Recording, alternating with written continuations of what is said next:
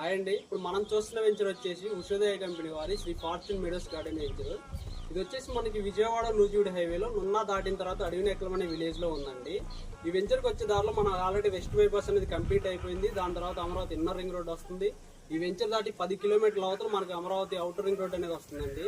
ఈ వెంచర్ నుంచి మనకి విజయవాడ సిటీ కానీ, అలానే గన్నవరం ఇంటర్నేషనల్ ఎయిర్పోర్ట్ కానీ, మనకి రాజధాని అమరావతి కానీ వయా వెస్ట్ బైపాస్ మీదకి వెళ్తే 15 to 20 మినిట్స్ జర్నీలో మనం అమరావతి చేరుకోవచ్చు. అలానే గన్నవరం ఎయిర్పోర్ట్ వెళ్ళొచ్చు, విజయవాడ సిటీకి చేరుకోవచ్చు.